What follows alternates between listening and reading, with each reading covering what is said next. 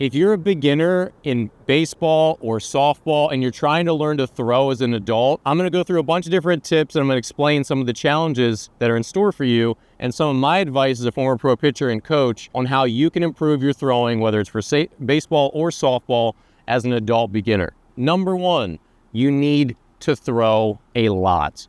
Twice a week is not going to give you significant progress.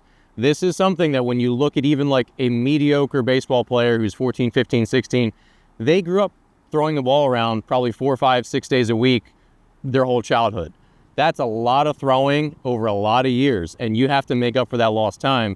So look, it's tough to do this as an adult because it's going to be hard to find a throwing partner. So if you have, like a pitch back, something to bounce it back to you, or you have a bucket of balls, which is something you're definitely going to want to invest in, then you can go out and find a backstop, find something to throw against, a net, and that's a good way to get reps in. But you realistically have to throw at least 4 days a week to make significant progress over time. The other thing is, don't make it too specific, and that means don't even make it too baseball specific or softball specific if you're trying to learn to throw a softball. Just be a good thrower of things first. Footballs, vortex balls, which are those footballs with a Nerf tail on them, softballs, baseballs, don't confine it to just a baseball. If you get better at throwing and having different stimuli is going to help you with that, then it's going to translate to all these different types of balls in sports.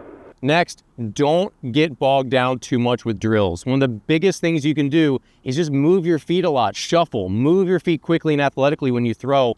Don't get bogged down into all these standstill drills, which have their place. That's why I use them. That's why pitchers and coaches all over use pitching drills and throwing drills, but they're not really the foundation. The foundation is throwing athletically and remembering that throwing is play. It's a play activity. So don't get bogged down so much on drills and only learning to throw from drills.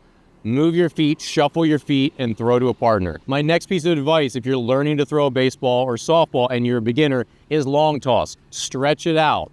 So whether that means 75 feet, 90 feet, 100 feet, 150 feet, whatever that means to you, continue to challenge yourself to throw the ball farther. That's going to help your body learn to work as a unit. It's going to teach you positive things, how to use your front side, your legs, your glove side, your follow through, and it'll help teach you about intensity as well. A lot of players who are beginners, they don't throw with good intensity, and that translates into a weak follow through, and they're just leaving a lot of velocity on the table. So challenge yourself with long toss. So if you're throwing 4 or 5 days a week, probably make every day, stretch it out at least a little bit, and then have like a more serious long toss day, probably twice out of those 4 or 5 throwing days. Next, do become a student of your mechanics. There's tons of videos on my YouTube channel, other people's YouTube channels. Learn as much as you can about the art of throwing, and you have to tinker with it. You're gonna have to try it, and you're gonna look stupid, and you're gonna need to ask for help, and that's all part of the process. Just like anything else, the child's mind, right? The child's brain, learning by doing and not being afraid to fail and look silly doing it. No one feels good as a beginning thrower, I promise you, but it's something you're gonna have to tackle and get past that camera shyness. Even though you probably won't be on camera, you need to get past that initial stage where you're embarrassed in how you throw.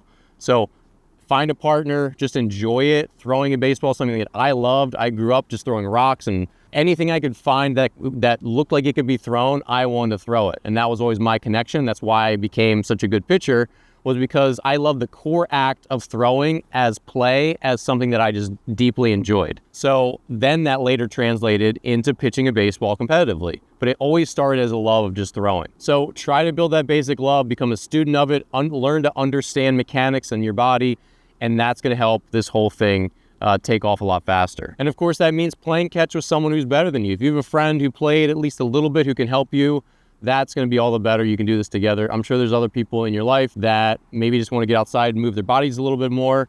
So if you make this more of like a fitness, just an activity thing, a way to spend quality time with someone that you care about, that's a great way to get that catch partner that can help you stay accountable and get your throwing days in. Lastly, do other rotational activities. That could mean swinging a golf club. That could mean swinging a bat. That could mean throwing medicine balls, which are a great way to increase sort of the shoulder-hip separation, the connection, and the ability to produce rotational force.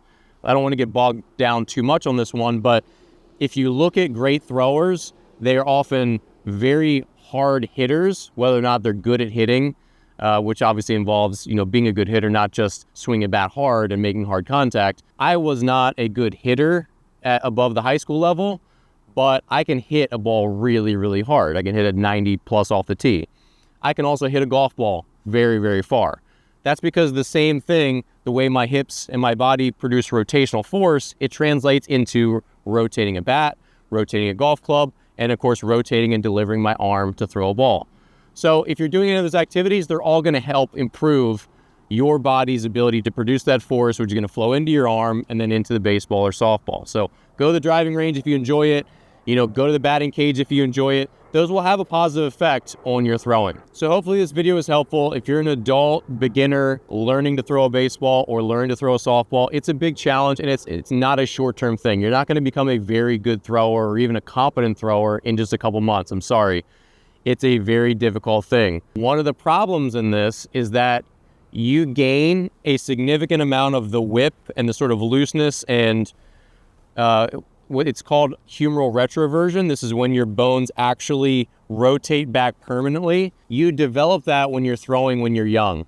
So in a lot of ways as an adult, you've missed the boat, unfortunately. Like, you will have a stiffer throwing motion than someone like me, even if I took 5 years off from throwing, because I have permanent bony changes in my shoulder that came from throwing so much when I was a kid. It's honestly you kind of disfigure your body in a way that helps you be good at throwing a baseball. So unfortunately, as an adult, there are a lot of uphill challenges that you can't just magically fix.